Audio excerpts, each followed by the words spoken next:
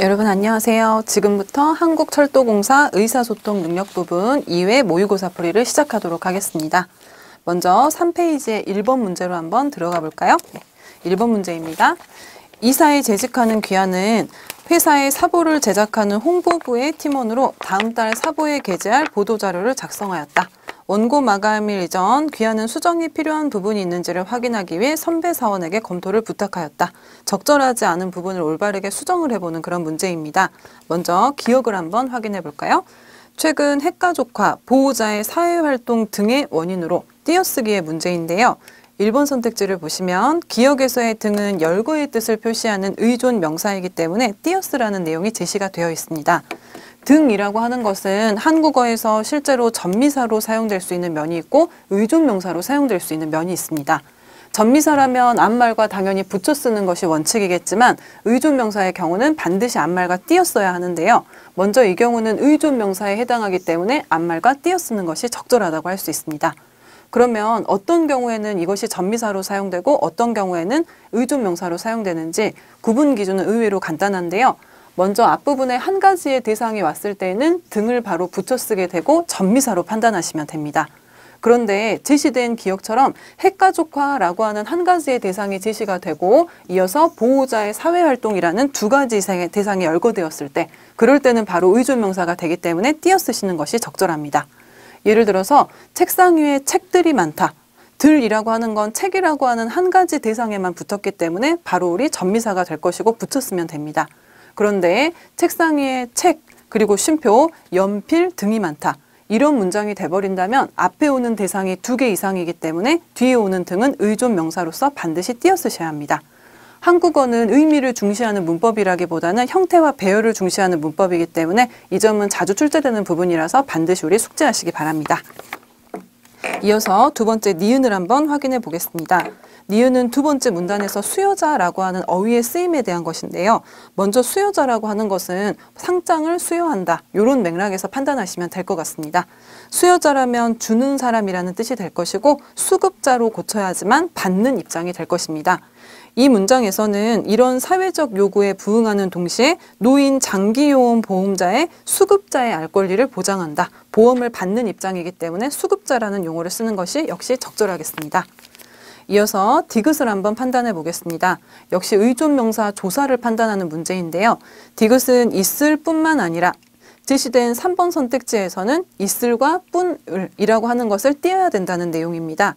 다시 앞부분으로 한번 가보시면 뿐이라고 하는 것은 조사로도 쓰일 때가 있고 역시 이 경우처럼 의존 명사로 쓰일 때가 있습니다.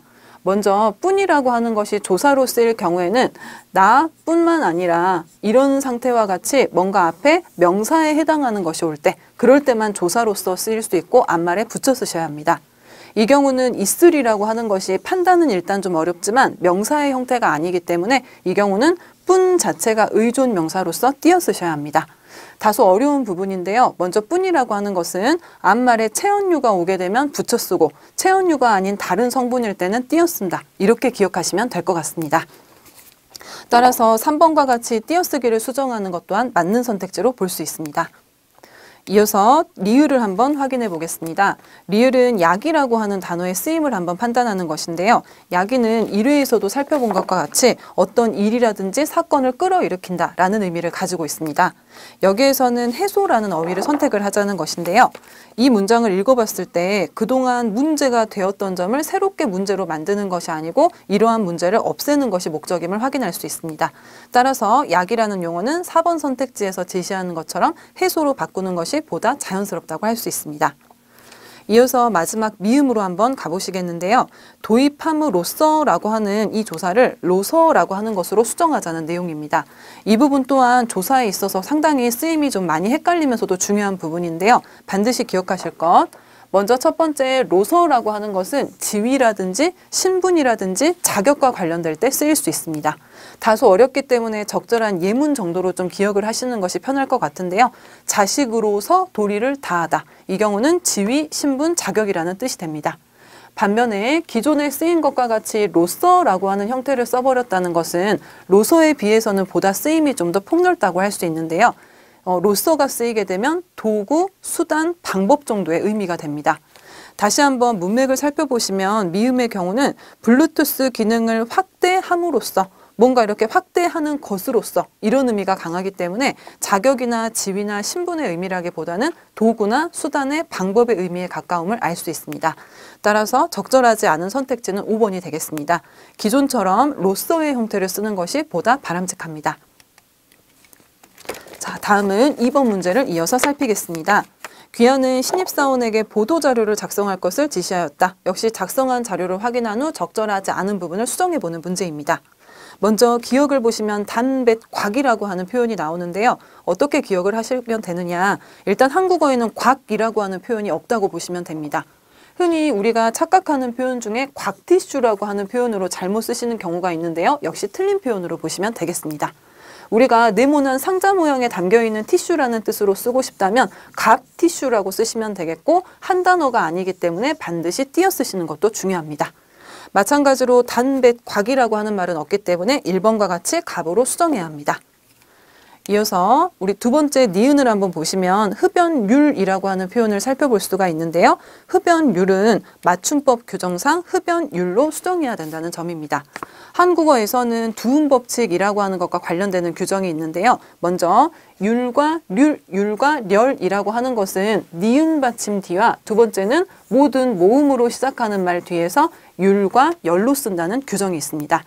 예를 들어 흡연율 같은 경우는 율 앞의 성분이 니은 받침이기 때문에 당연히 두음 법칙을 적용해서 흡연율로 쓰셔야 합니다. 반면에 우리가 합격이라고 하는 단어에 비율을 뜻하는 말을 결합하고 싶다. 그럴 때는 합격이라고 하는 것은 니은 받침에 해당하는 것도 아니고 모음에 해당하는 것도 아닙니다. 따라서 이 경우는 율이 아닌 율의 형태로 쓰시는 것이 바람직하다고 할 수 있습니다. 이어서 3번 선택지를 한번 볼 건데요. 3번은 제1회라고 하는 부분입니다. 자, 뒤로 가서 3번 선택지를 확인해 봤더니 제1회는 제 띄고 1회, 두 번째는 전부 붙여서 제1회, 세 번째는 제1 띄고 회, 이 세 가지의 표현이 가능하다는 점입니다. 일단 답은 우리 3번이라고 할 수 있는데요. 그 이유는 두 가지의 표현은 가능하지만 첫 번째 쓰여 있는 제 띄고 1회, 이 부분을 틀렸다고 우리가 판단할 수 있습니다. 제라고 하는 것은 성분상 접사에 속합니다. 한국어에서 모든 접사는 의존 형태소에 속하기 때문에 앞말이나 뒷말에 반드시 붙여 쓴다는 규정이 있습니다. 우리가 보면 제1회에서의 회 같은 경우는 의존 명사, 그 단위를 세는 모든 말은 의존 명사라고 했던 거 기억나시죠? 따라서 회와 일은 띄어 쓰는 것이 원칙이고 일 같은 경우가 아라비아 숫자로 쓰여 있을 때는 붙여 쓰는 것도 허용만 하고 있습니다. 따라서 제1회로 붙여 쓰는 것이 물론 가능하고 일과 회를 띄어 쓰는 것이 기본 원칙입니다. 하지만 제라고 하는 것은 명사나 독립적인 말이 아니라 뒷말에 종속되어 버리는 접사에 속하기 때문에 반드시 일과 붙여 쓰셔야 합니다. 그래서 답은 3번을 고르시면 되겠고 이어서 4번 한번 확인해 보겠습니다. 4번은 넣은지라고 하는 어미를 한번 판단을 해보자는 것인데요. 문맥상 담뱃갑에 경고 그림을 넣은지 1년간의 변화를 발표했다라는 부분입니다. 지라고 하는 것도 역시 한국어에서 중요한 부분 중에 하나인데요. 지도 의존 명사로 쓰일 때와 어미의 일부로 쓰일 때의 두 가지의 경우가 있습니다. 4번처럼 기간을 나타내는 경우에 해당되는 경우만 지는 의존 명사가 됩니다. 따라서 담뱃갑에 경고 그림을 넣은 동안, 넣은 기간이 경과하고 나서 이 정도의 의미일 때는 의존 명사이기 때문에 띄어 쓰셔야 합니다. 예를 들면 우리 집 강아지가 집을 나간 지 사흘 만에 돌아왔다. 집을 나간 지라고 할 때의 지 역시 동안과 기간의 의미가 있는 것이죠. 이때도 나간, 띄고 지로 쓰시는 것이 맞다고 할 수 있습니다. 이 이외에 기간을 나타내는 경우가 아니라면 전부 어미의 일부이기 때문에 붙여 쓰시는 것이 맞습니다. 마지막 5번 선택지인데요. 5번은 갭이라고 하는 역시 의존 명사에 대한 문제입니다. 흔히 이것을 담배를 셀 때 까치라고 표현하시는 경우가 있는데요. 우리 표준어 규정에서는 까치를 맞는 말로 처리하고 있지 않습니다. 따라서 갭이라고 기입하는 것이 맞춤법 규정상 맞는 표현으로 볼 수 있겠고 특히 갭이를 과도하게 개피라고 쓰시는 분들이 있는데요. 개피 역시 바람직하지 않은 선택지라고 할 수 있습니다. 자, 이어서 3번으로 한번 넘어가 보겠습니다. 3번 다음은 전기차와 관련하여 작성한 글이다. 빈칸에 들어갈 내용으로 적절하지 않은 것입니다. 마찬가지로 4가지의 선택지가 맞는 것 그리고 한 가지가 적절하지 않은 것이기 때문에 기본적으로 1번부터 5번까지를 전부 대입을 해보면서 내용을 판단하는 것이 핵심이 될 것 같습니다. 기억은 먼저 1번은 저렴하다라고 하는 선택지가 나와 있는데요. 대입해서 한번 읽어보겠습니다. 전기차 충전 요금은 내연기관차의 기름값과 비교해 월등히 저렴하다. 하지만 복잡한 요금 체계 때문에 충전을 어디서 하느냐에 따라서 요금 차이가 크게 난다. 우리가 하지만으로 연결됐다는 것은 내용이 역접관계가 되는 것이죠. 뒷부분에서는 복잡한 요금 체계라는 문제점이 제시가 되고 있기 때문에 앞부분에는 장점이 오는 것이 내용상 자연스럽습니다. 따라서 1번의 저렴하다는 가능한 선택지가 되겠습니다. 두 번째, 니은을 한번 판단해 보겠습니다. 세 번째 줄을 한번 보시면 공용 충전기의 경우 충전기 운영업체에 따라 편차가 어찌하다. 뒷부분에 이 내용과 관련된 상세한 설명이 뒤따르고 있는데요. 운영업체에 따라 비교했을 때 69원인 경우가 보이시죠? 그 다음에 우리 178원인 경우가 있고요. 그 다음 313원인 경우가 있습니다. 이 정도면 상당히 편차가 큰 편이라고 말할 수 있습니다. 따라서 2번 선택지 역시 적절한 것으로 판단됩니다.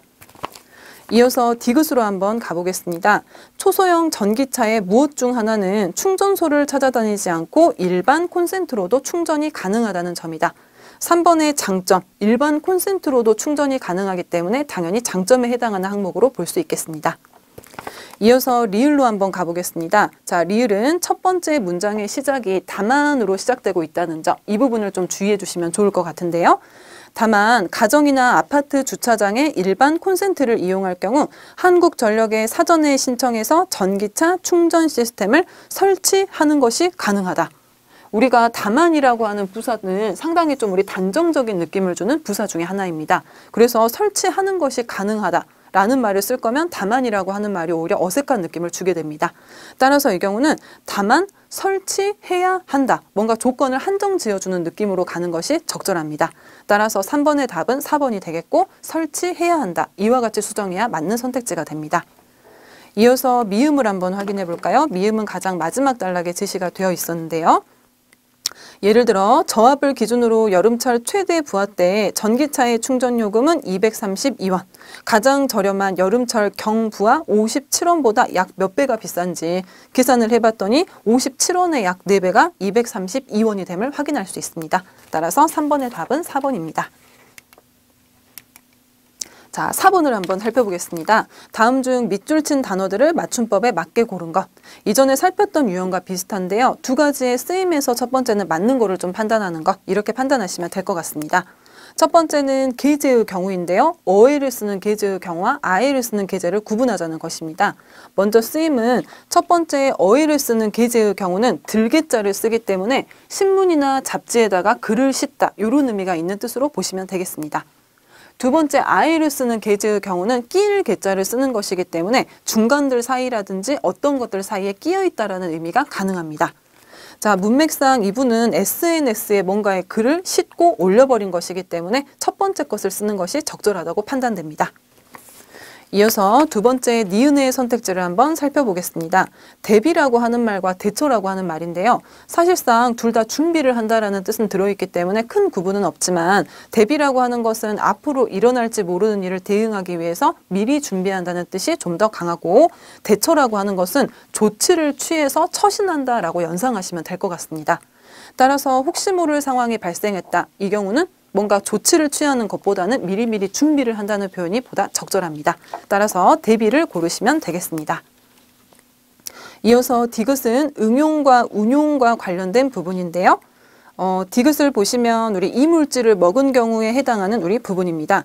이물질이 목에 걸렸을 때는 하임리히법을 응용할 것인지 운용할 것인지 운용이라고 하는 것 역시 앞서 1회에서 우리 잠깐 설명드린 바가 있는데요.